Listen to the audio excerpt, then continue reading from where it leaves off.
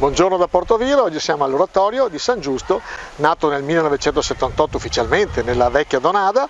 È stato veramente uno dei centri più importanti per tante generazioni. Qua sono nati gruppi musicali, qua sono nati artisti, sportivi importanti, eccetera, eccetera, eccetera. E quello che noti appena entrato è che i ragazzini sono tutti veramente allegri, felici, si trovano bene, c'è una convivialità importante e naturalmente questo è determinato non solo dalla bellezza del posto ma anche dalla bravura degli animatori e dei direttori. Adesso naturalmente andiamo a sentirli.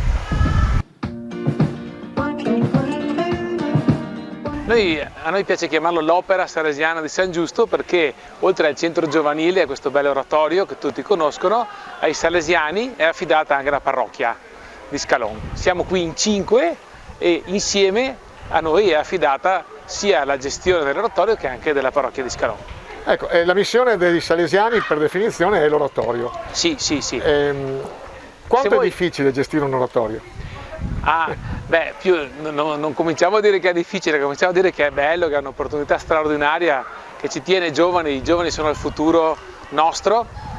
Proprio, sapete, qualche giorno fa è stato dato vita a livello italiano ad un forum, un evento per sottolineare la gravità della situazione che stiamo vivendo a proposito della denatalità. Ecco, i giovani sono proprio il nostro futuro, quindi certamente non è facile stare con i giovani, però ce ne occupiamo perché da qua dipende tutto quanto l'avvenire della nostra società e anche della Chiesa.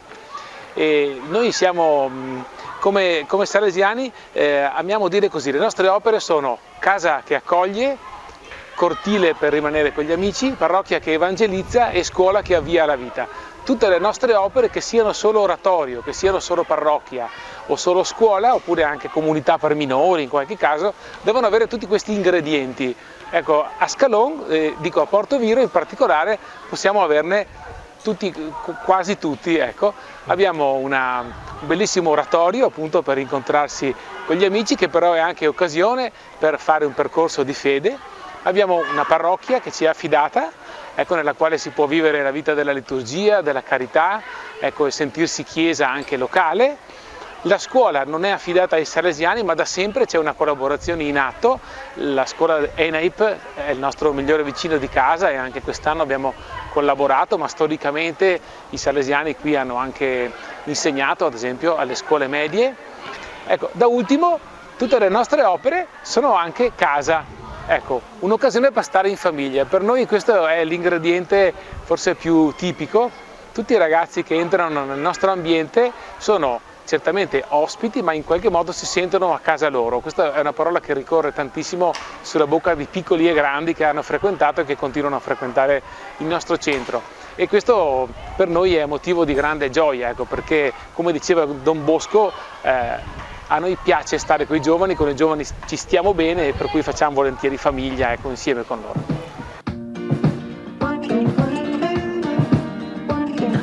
Con Don Giovanni, che responsabilità hai all'interno del... Sono l'incaricato dell'oratorio da un anno più o meno. Ecco, sei vicino ai tuoi due collaboratori? Ad alcuni degli animatori tra i tanti abbiamo scelto proprio l'elite, abbiamo qua Stefano e Marco. Ecco, più o meno di cosa vi occupate?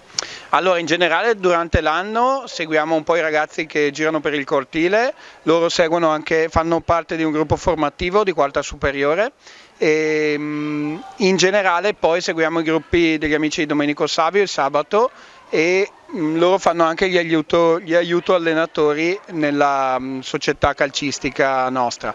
Quest'anno seguiranno anche in particolare l'estate ragazzi, dove avremo un buon numero di ragazzi e ci siamo adeguati per l'occasione alla normativa anti-Covid e saranno seguiti in alcune piccole squadre.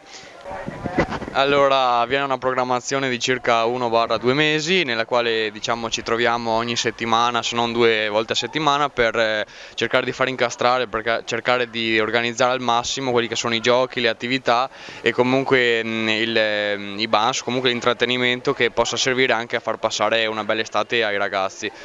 e ci dividiamo nell'ultima settimana in ogni animatore, diciamo, che è più capace di fare una determinata cosa, e come ad esempio io faccio giocolerie mentre Marco fa calcio. Allora, al di là del tuo ruolo da animatore, quanto è importante l'oratorio per te? Beh, io sono qui credo da 13 anni buoni, anche se ne ho solo 17, perché già mia sorella veniva, quindi sono sempre stato molto attaccato, sia perché è un luogo, diciamo, molto sano, sia perché ti può dare tantissimi sbocchi, non soltanto, diciamo, proprio nello sport in sé o nel divertimento, ma anche, diciamo, ti apre la mente a tante cose, ecco. Secondo me l'oratorio, anch'io come mio collega Stefano, sono qua, ho trascorso tutta la mia infanzia e lo vedo anche un po' come un posto felice, anche quando non c'hai niente da fare, comunque puoi venire in oratorio e sai che ci sono delle persone con le quali puoi star bene, comunque passi il tempo. Consiglio a tutti di venire in questo fantastico oratorio.